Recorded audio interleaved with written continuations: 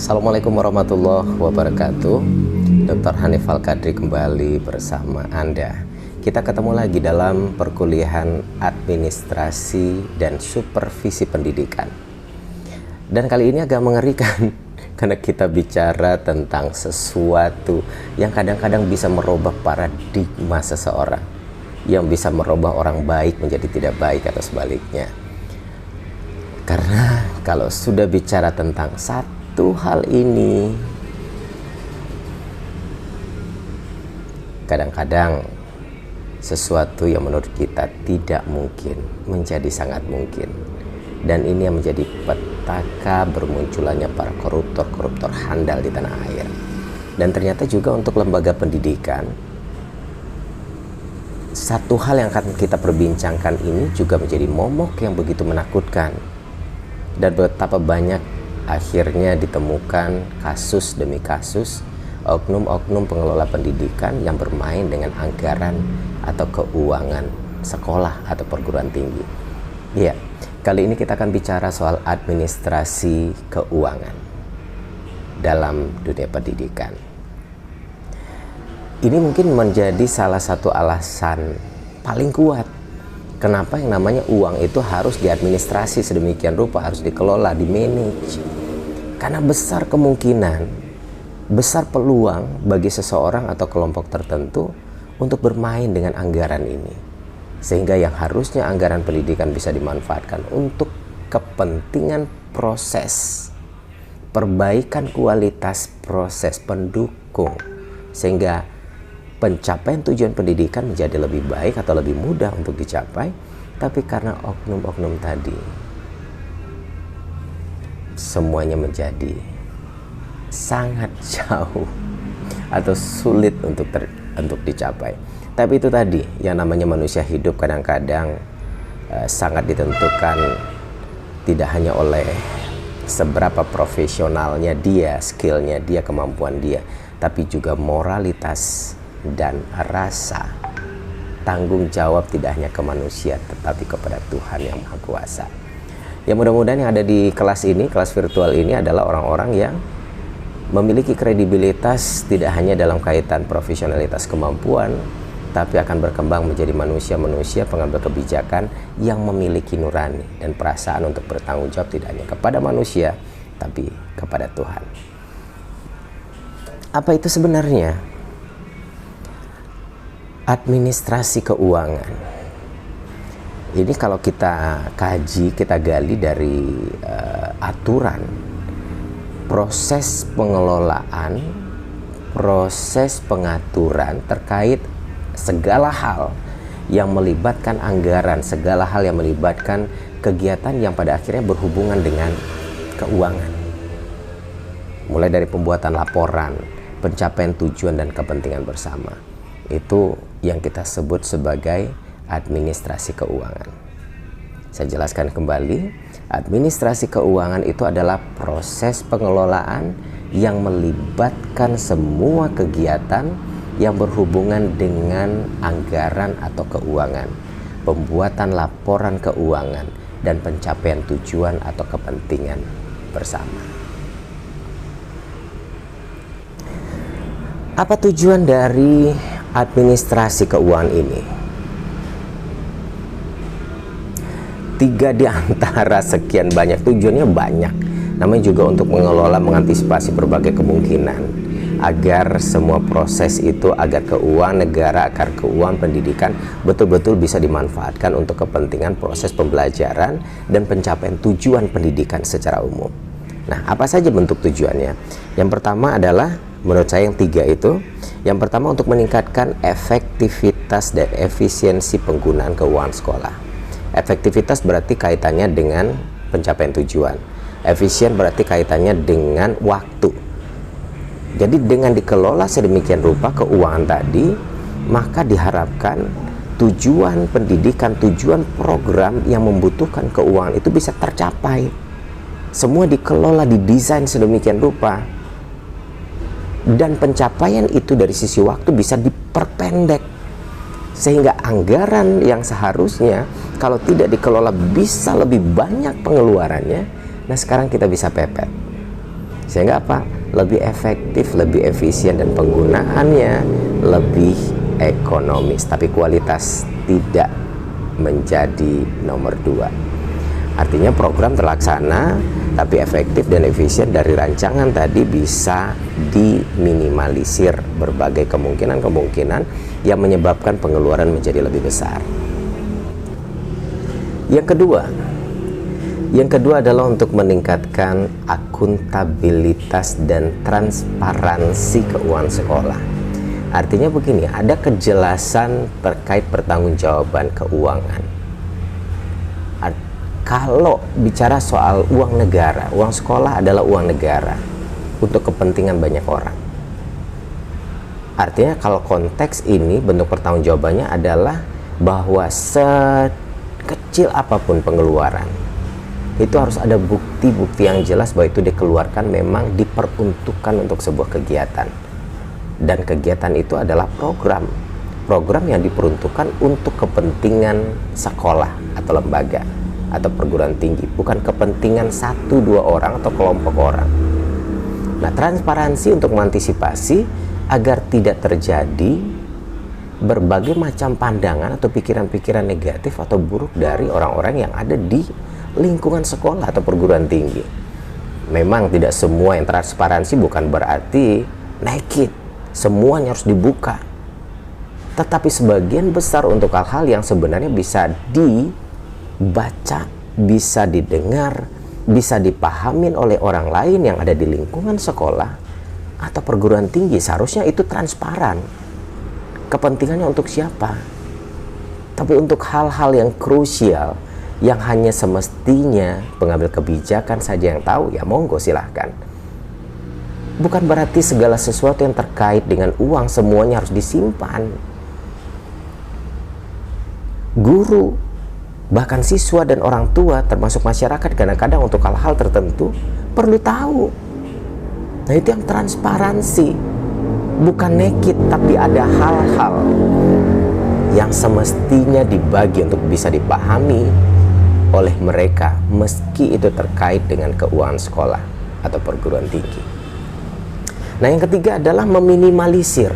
Ini yang menjadi tujuan akhirnya, meminimalisir terjadinya penyalahgunaan anggaran atau keuangan sekolah. Meski sangat sulit, tapi ini harus dilakukan. Dan nanti kita akan lihat, kalau seandainya strategi itu, kalau seandainya konteks administrasi pengelolaan keuangan dilakukan secara benar, secara tepat, yang namanya tujuan ketiga ini, penyalahgunaan keuangan atau anggaran sekolah bisa diantisipasi sejak dini. Seharusnya tidak akan terjadi. Tapi dalam tataran pelaksanaannya kita tidak pernah tahu ada apa. Sekarang kita lihat bagaimana proses administrasi keuangan sekolah itu, keuangan pendidikan. Minimal ada 3 langkah prosesnya, mulai dari perencanaan, penggunaan atau pelaksanaannya, dan terakhir adalah bentuk pertanggungjawabannya. Jadi tiga level kegiatan ini itu harus sangat jelas, harus bisa dipertanggungjawabkan. Karena kalau sedikit saja bermasalah, ada yang bermain, maka ini akan menjadi pusat penyelewengan atau penyalahgunaan anggaran akan terjadi. Jadi ingat, 3 kegiatan utama dari proses administrasi keuangan untuk sekolah atau perguruan tinggi adalah mulai dari perencanaan. Perencanaan berarti sangat detail. Selama 1 tahun itu anggaran atau keuangan sekolah atau perguruan tinggi itu dimanfaatkan untuk apa? Kegiatan apa? Program apa? Pembelian apa? Itu sudah ada secara undang-undang, sudah ada aturan mainnya. Tidak bisa serta-merta, misalnya untuk membeli sarana saja, tidak serta-merta seluruh sarana bisa digunakan dari mata anggaran yang berbeda. Ada aturan main yang sudah ditetapkan oleh negara. Jadi sebenarnya kita hanya tinggal melaksanakan. Cuman ada yang nakal. Nah, yang nakal inilah yang akhirnya menjadi oknum yang bermain dengan keuangan sekolah atau perguruan tinggi. Jadi kalau direncanakan secara matang dan mengikuti prosedur yang ada, tatanan dan aturan yang ditetapkan oleh negara, maka akan bisa digunakan secara tepat. Memang untuk kepentingan sekolah, kepentingan lembaga, kepentingan banyak orang yang ada di lingkungan sekolah. Dan terakhir, ada pertanggungjawaban yang jelas. Bukan hanya omongan, tapi ada bukti-bukti bahwa pengeluaran itu telah terjadi untuk kepentingan apa dan untuk keperluan apa, kapan, di mana, dan apa bentuknya.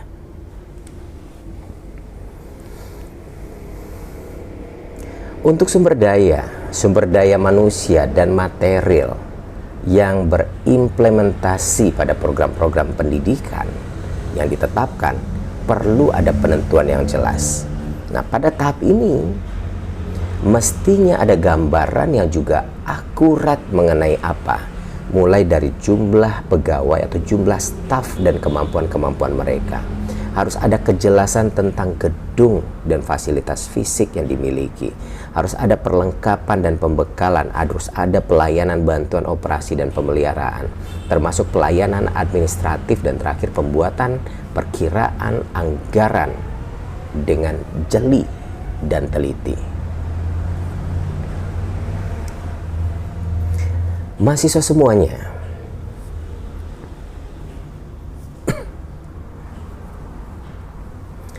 kita lihat yang pertama terkait dengan perencanaan atau penyusunan. Kalau di sekolah, penyusunan kita menyebutnya penyusunan RAPBS yang bersifat transparan, bersifat terbuka, menyangkut hal yang berhubungan dengan keuangan sekolah, dan itu berlangsung selama 1 tahun pembelajaran ke depan. Nah, harus aspiratif, artinya memperhatikan masukan-masukan dari berbagai pihak dan kepentingan. Tidak hanya akumulasi mentang-mentang kita pengambil kebijakan di sekolah, itu maunya kita. Maka salah satu prinsipnya adalah aspiratif, memperhatikan setiap masukan dari setiap pihak yang berkepentingan. Bersifat partisipatif. Bersifat partisipatif artinya melibatkan semua yang berkepentingan di sekolah dalam proses pengambilan kebijakan, dalam proses pembuatan dan penyusunan anggaran sekolah. Dan bersifat akuntabel, artinya bisa dipertanggungjawabkan. Bersifat terbuka sehingga adanya saling kepercayaan muncul dari semua pihak-pihak yang terlibat. Sekarang kita ulas kembali. Langkah pertama tadi adalah perencanaan. Perencanaan itu biasanya dilakukan di awal tahun ajaran. Artinya di awal tahun pembelajaran, maka si kepala sekolah menyusun yang namanya RAPBS, yaitu Rencana Anggaran Pendapatan dan Belanja Sekolah. Dan pada dasarnya RAPBS ini memuat segala hal tentang program dan kegiatan yang akan dilaksanakan oleh sekolah selama 1 tahun ke depan. Nama juga rencana, artinya sudah didesain hari ini untuk kegiatan program yang akan berlangsung selama 1 tahun, yang pasti akan butuh anggaran atau biaya. Nah, kalau kita harus ambil satu pendapat, misalnya Sutisna menyatakan bahwa RAPBS itu dapat ditempuh dengan beberapa langkah. Yang pertama, menetapkan tujuan, dan yang kedua, penjabaran tujuan. Penetapan tujuan itu dalam bentuk perumusan, yaitu satu keharusan dalam menyusun anggaran yang efektif. Dan yang kedua adalah penjabaran tujuan itu artinya dalam bentuk program-program yang jelas. Jadi tidak hanya bisa akumulasi dari sesuatu yang besar, kalau tidak diturunkan dalam bentuk program-program yang jelas, tingkat pengukurannya menjadi tidak realistis. Jadi yang akan dibiayai oleh anggaran RAPBS tadi adalah sudah dalam bentuk program-program selama 1 tahun ke depan. Nah, itu yang dirancang untuk duduk bersama apa, seperti apa, dan kegiatan yang mana yang akan kita laksanakan untuk 1 tahun berikutnya bersama dengan pengambil kebijakan, bersama guru, bersama pemegang kepentingan-kepentingan yang terlibat. Nah, itu yang proseduralnya tadi yang kita jelaskan di awal terkait dengan RAPBS. Harus transparan, harus aspiratif, harus partisipatif, dan akuntabel. Yang kedua, penggunaan. Terkait dengan penggunaan, nah ini mudah-mudahan kalau ini dilaksanakan, ini dilakukan, pertanggungjawaban akan terjadi, dan kita akan bisa mengantisipasi salah satu tujuan dari administrasi keuangan tadi, yaitu mengantisipasi terjadinya penyalahgunaan atau penyelewengan keuangan atau anggaran sekolah atau perguruan tinggi. Nah, dalam pemisahan, dalam administrasi keuangan harus ada pemisahan yang jelas, pemisahan tugas. Jadi tidak semua dilakukan oleh satu orang, tidak oleh kepala sekolah saja, tidak oleh wakil kepala sekolah saja, tidak oleh bendahara saja. Harus ada kejelasan. Jadi menurut undang-undang dinyatakan secara tepat, secara jelas bahwa ada pemisahan tugas dan fungsi dalam kaitannya dengan keuangan sekolah, dalam penataan anggaran atau keuangan pendidikan. Yang pertama, petugasnya itu kita sebut otorisator, yang kedua ordonator, yang ketiga bendahara. Jadi ada 3 pemisahan tugas. Jadi kalau satu orang, besar kemungkinan ketika yang ketemu, yang duduk di satu orang itu adalah orang yang dalam tanda kutip bermasalah secara moral dan etika, ini akan sulit dan bisa dipastikan penyelewengan itu terjadi. Nah, kalau sudah dipisah, ini kan bentuk strategi yang disiapkan oleh negara untuk mengantisipasi. Tapi namanya juga untuk mengantisipasi, namanya juga strategi. Kadang-kadang oleh orang-orang, oleh oknum-oknum tertentu yang memang begitu perilakunya, selalu akan ada celah. Tapi mudah-mudahan kita berdoa, di tangan Anda nanti akan berbeda. Dan mudah-mudahan semakin hari ke depan semakin baik, semakin bertemu kita dengan banyak pengambil kebijakan yang punya tanggung jawab moral tidak hanya kepada manusia tapi kepada Tuhan. Nah, pemisahan itu kita coba lihat satu persatu. Pemisahan tugas menurut undang-undang tadi, ada yang disebut dengan otorisator, ada ordonator, ada yang bendahara. Otorisator siapa? Otorisator adalah pejabat atau mereka yang menjabat, yang diberikan wewenang untuk mengambil tindakan untuk segala sesuatu yang mengakibatkan terjadinya penerimaan atau pengeluaran keuangan. Jadi ada pejabat, ada orang tertentu yang punya atau yang memiliki wewenang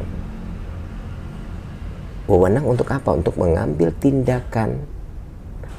tindakan yang pada akhirnya mengakibatkan terjadinya pemasukan atau pengeluaran keuangan sekolah atau keuangan perguruan tinggi. Nah, ini pejabatnya.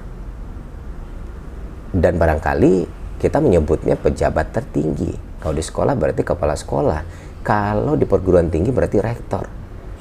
Mereka atau beliau yang memiliki kewenangan, diberikan hak kewenangan untuk mengambil tindakan. Jadi setiap keputusannya menyebabkan terjadinya pengeluaran atau pemasukan keuangan. Nah, karena dia adalah pembatasan wewenang, maka dia tidak bisa berdiri sendiri. Si kepala sekolah atau rektor di perguruan tinggi atau pengambil kebijakan tertinggi yang kita sebut sebagai otorisator, yang memiliki otorisasi. Meskipun yang bersangkutan sudah mengeluarkan kebijakan untuk mengambil tindakan yang menyebabkan pengeluaran atau pemasukan keuangan, tidak bisa dilakukan tindakan tersebut sebelum ada yang kedua. Kita menyebutnya ordonator. Ordonat, pejabat yang diberikan kewenangan untuk melakukan pengujian yang akhirnya menyebabkan keluarnya perintah untuk mengeluarkan atau mendapatkan anggaran atau dana. Jadi ordonat ini, jadi otorisator di awal, mereka atau beliau, kepala sekolah atau rektor, memberikan kebijakan atau mengeluarkan keputusan yang menyebabkan satu tindakan sehingga keuangan lembaga masuk atau keluar, ini tidak akan bisa diaplikasikan, tidak bisa dieksekusi ketika belum ada tindakan dari ordonator. Ordonator ini mereka yang punya kewenangan untuk menguji apa yang diputuskan oleh pimpinan tadi. Betul tidak itu perlu dibeli? Betul tidak program itu penting? Betul tidak program itu pada akhirnya masuk dalam skala priority menyebabkan anggaran atau keuangan sekolah atau perguruan tinggi harus keluar? Atau diuji seberapa tingkat kemampuan lembaga atau sekolah atau perguruan tinggi memiliki anggaran untuk menyebabkan apa yang diputuskan oleh pimpinan tadi harus dilakukan. Kalau tidak memungkinkan menurut ordonator, maka apa yang diputuskan oleh pimpinan tadi seharusnya tidak bisa terjadi atau mustahil dieksekusi. Apalagi ada pihak ketiga yang disebut dengan bendahara. Bendahara ini artinya adalah pejabat atau orang-orang yang berwenang yang melakukan penerimaan atau pengeluaran uang atau surat-surat berharga atas dasar pertimbangan ada tiadanya atau ketersediaan anggaran di lembaga. Dia yang paling tahu. Jadi kalau A menurut pimpinan ternyata berdasarkan ujian juga A, menurut bendahara, sorry Pak, anggaran tidak mencukupi. Kita tidak memiliki anggaran untuk mengeksekusi program yang Anda minta. Maka untuk tahun ini tidak bisa. Bayangkan kalau rentetan pemisahan ini dilakukan benar-benar, mustahil penyelewengan itu akan terjadi. Pemisahan wewenang itu adalah strategi yang ditetapkan oleh negara. Ada 3 kepentingan, ada 3 pejabat yang memiliki hak dan kewenangan yang berbeda, yang menyebabkan anggaran, yang menyebabkan keuangan, masuk keluarnya uang lembaga atau sekolah menjadi harus dieksekusi. Sehingga sebenarnya kalau ini rentetannya bisa diperkecil kemungkinan terburuk penyelewengan anggaran keuangan sekolah atau perguruan tinggi. Tapi kenapa banyak kasus yang ditemukan kepala sekolah yang melakukan penyelewengan terhadap dana BOS, penyelewengan dilakukan oleh rektor, penyelewengan dilakukan oleh dekan atau apa saja di Indonesia? Ada apa sebenarnya? Karena yang 3 ini berada dalam satu konsep yang sama. Sudah dipisahkan pun, tapi mereka adalah satu warna. Orang-orang yang berada di satu kumpulan. Makanya kadang-kadang gini, ketika saya jadi kepala sekolah, maka saya menjadi otorisator. Yang dipilih menjadi ordonator siapa? Orang yang mau mengikuti saya. Yang bendahara siapa? Orang yang mau dan terlibat langsung, atau orang yang bisa dipercaya dalam kaliber yang sama. Ini yang harus diantisipasi. Bagaimana supaya yang 3 pemegang kewajiban ini adalah orang-orang yang memiliki idealisme yang tinggi. Tidak bisa diangkat berdasarkan mau, keinginan, atau faktor kedekatan. Mudah-mudahan itu tidak banyak terjadi di tanah air.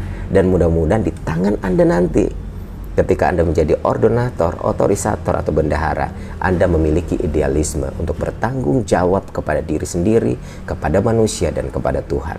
Karena ketika sudah bicara kepada Tuhan, tanggung jawab moralnya, mudah-mudahan itu bisa diantisipasi. Nah, walaupun memang tidak akan banyak kita temukan orang-orang seperti itu, tapi bukan satu hal yang mustahil. Jadi berbahagialah sekolah-sekolah atau perguruan tinggi yang memiliki mereka-mereka yang terlibat dalam kewenangan pengambilan kebijakan yang menyebabkan keluar dan masuknya anggaran atau keuangan sekolah atau lembaga, ternyata adalah orang-orang yang potensial dan idealismenya sangat luar biasa. Pasti bisa diyakini bahwa lembaga atau sekolahnya akan berkembang dengan baik. Nah, berarti bagaimana? Bagaimana untuk mengantisipasi hal itu? Terkait dengan bendahara seharusnya bagaimana? Sebaiknya mereka yang duduk di situ adalah orang yang memegang kas itu tidak sekaligus memegang pembukuan. Harusnya dipisah lagi. Dia pegang uang, dia bendahara, harusnya pemegang pembukuan harus berbeda. Sehingga nanti bisa dikalkulasikan. Bisa dipertemukan ketika pengeluaran uang yang keluar segini ternyata berdasarkan report atau laporan dari pemegang laporan tidak sama, maka ini bisa dianulir dengan baik. Yang kedua, setelah uang diterima itu harus dibuktikan dan ditulis dengan mata anggaran masing-masing. Tidak bisa mata anggaran itu berseliweran, mata anggaran A dijadikan untuk program pada kegiatan yang harusnya mata anggarannya C. Itu sudah aturan main, patuh azas aja. Yang ketiga, penggunaan keuangan sekolah, penggunaan keuangan lembaga, sekecil apapun, seremeh apapun, tidak bisa tidak harus ada bukti tertulis, dokumen minimal berbentuk kwitansi. Bagaimana dengan pertanggungjawaban? Bagian yang ketiga yang tadi kita bahas, perencanaan, pelaksanaan, dan terakhir pertanggungjawaban. Pertanggungjawaban itu adalah bentuk penggunaan keuangan sekolah atau lembaga selama 1 tahun anggaran. Sifatnya adalah 1 tahun anggaran. Itu harus dapat dipertanggungjawabkan oleh siapa? Oleh pimpinan tertinggi. Kalau di sekolah, kepala sekolah. Kalau di kampus, ya rektor. Maka tidak gampang menjadi pimpinan tertinggi. Tanggung jawab moralnya, lembaga secara keseluruhan ada di tangan kita. Pertanggungjawaban dapat disampaikan kepada pimpinan, sumber pemberian dana maupun kepada personel sekolah untuk dapat diketahui secara bersama-sama. Nah, proses pertanggungjawaban keuangan di pihak sekolah yaitu dengan membuat SPJ per 3 bulan pengeluaran. Pengeluaran apa? Pengeluaran keuangan atau pengeluaran dana dan barang-barang yang dibeli oleh sekolah setiap 3 bulan atau CAU, dengan ditandatangani oleh kepala sekolah, bendahara, termasuk untuk saat ini harus ada kejelasan bahwa itu dibubuhi tanda tangan oleh ketua komite sekolah. Jadi sebenarnya komite punya peranan untuk mengantisipasi juga terjadinya penyelewengan itu. Itu salah satu peran dari hadirnya komite di sana. Tapi lagi-lagi kadang-kadang komite juga ikut serta melakukan itu. Nauzubillah min dzalik.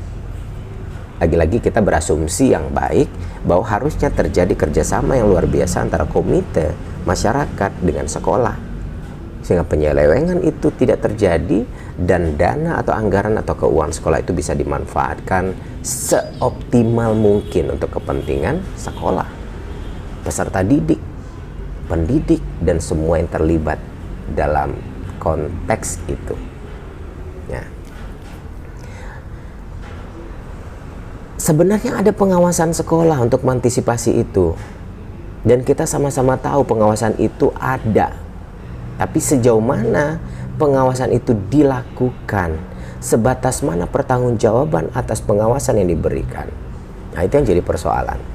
Nah, proses pengawasan keuangan sekolah yaitu kegiatan yang bertujuan untuk mengurangi, mengantisipasi, menghindari masalah-masalah yang berhubungan dengan penyalahgunaan wewenang tadi. Penyalahgunaan wewenang atau penyelewengan terhadap keuangan dan anggaran sekolah atau lembaga. Nah, pengawasan melekat, juga ada istilah pengawasan melekat, yaitu pengawasan yang dilakukan oleh Dinas Pendidikan Kabupaten Kota kepada sekolah. Pengawasan fungsional itu pengawas yang dilakukan oleh Badan Pengawas Keuangan dan Pembangunan atau Inspektorat Jenderal Depdiknas dan Badan Pengawas. Pemeriksaan keuangan oleh Badan Pemeriksa Keuangan atau BPK, juga ada pengawasan masyarakat. Jadi banyak sebenarnya melakukan pengawasan, tapi kenapa selalu ada yang lewat? Itu yang sulit kita pahami. Tapi itu terjadi. Lagi-lagi balik ke persoalan moral kita. Dan kenapa ini menjadi penting buat Anda, para mahasiswa, calon harapan bangsa, mengambil kebijakan di kemudian atau di kedepan hari, karena Anda akan ada di posisi itu nanti. Dan ini menjadi PR terbesar Anda. Harusnya Anda tidak melakukan, tapi justru memperbaiki. Terakhir, kita sampai di bagian akhir, laporan. Laporan disusun berdasarkan aktivitas keuangan bulanan, triwulan, atau semester.